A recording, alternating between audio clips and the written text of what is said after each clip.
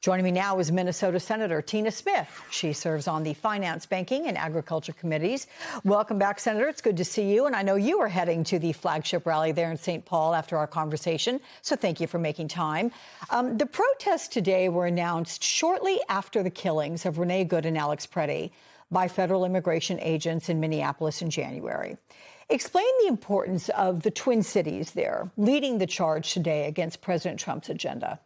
Yeah, well, thank you, Alex, and I'm so glad to be with you. I am about to walk out the door to head to St. Paul for what's going to be a huge group of Minnesotans really expressing solidarity for our democracy and for standing up for the rights of people. And it's very symbolic to everyone here that the kind of flagship demonstration is going to be in St. Paul, Minnesota, because Minnesota was so directly the target of all of the anti-democracy strategies of the Trump administration over the last several months.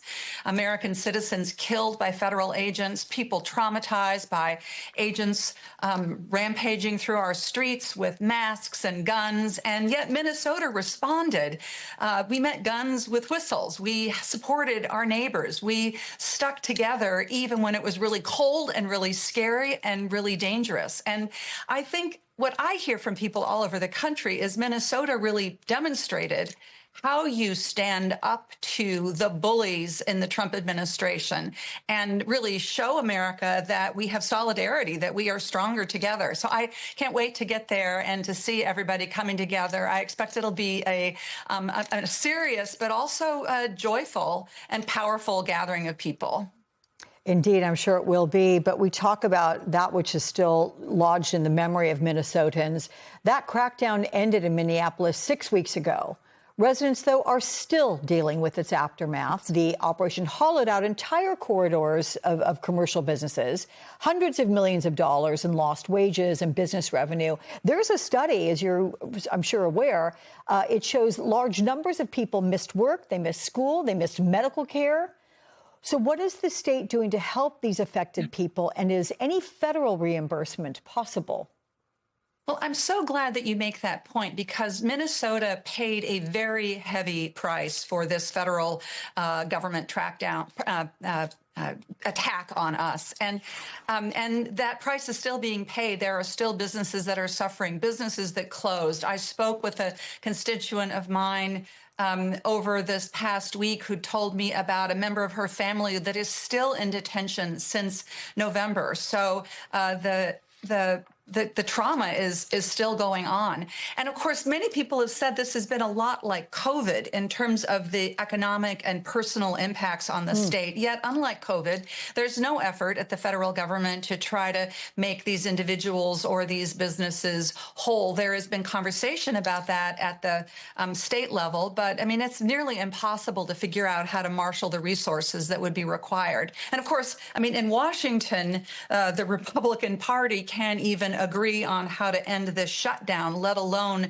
come together and think about how we ought to make whole the people in Minnesota and around the country that have paid such a heavy price for this this crackdown.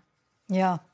We know Minnesota is suing the Trump administration, in fact, for access to the evidence in the killings of both Alex Preddy and Renee Good, accusing the government now of stonewalling the investigation and of federal agents acting illegally. So what leverage does the state and Congress, in fact, have to force cooperation from the DOJ and the Department of Homeland Security? Well, it's such a great question because, you know, this administration just basically does what it wants to do. The one limiting factor and the thing that I believe will give folks hope that show up at these No Kings rallies all over the country is that in many, many cases, the federal government, the federal judiciary has put brakes on the worst of what the administration is doing. So take the case of these investigations into the killings of Alex Preddy and Renee Good.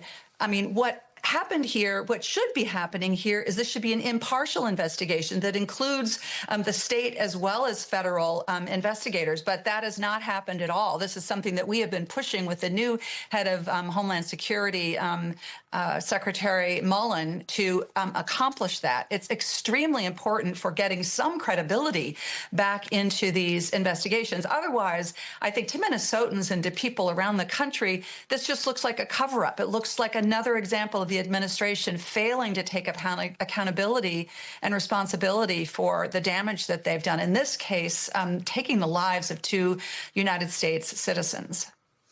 Very quickly, do you have any clarity on the president having signed that executive order to pay TSA agents who've gone now far too long, some 42 days without pay? Is there a sense of how that's going to happen, when that will happen, when they'll have money hitting their banks?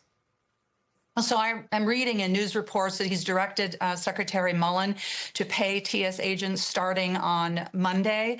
And that will be a huge relief to these people who have been working so hard to keep all of us safe. It's kind of shocking, right? Maybe he could have done that, weeks ago and saved them from this trauma. And of course, federal, we still have not succeeded in passing the bills Democrats want to pass to just pay them by the law. Senator Tina Smith, thank you so much. I hope you are there among the constituents and really appreciate all that you hear and see at the rally today. Thank you for joining us. We appreciate you.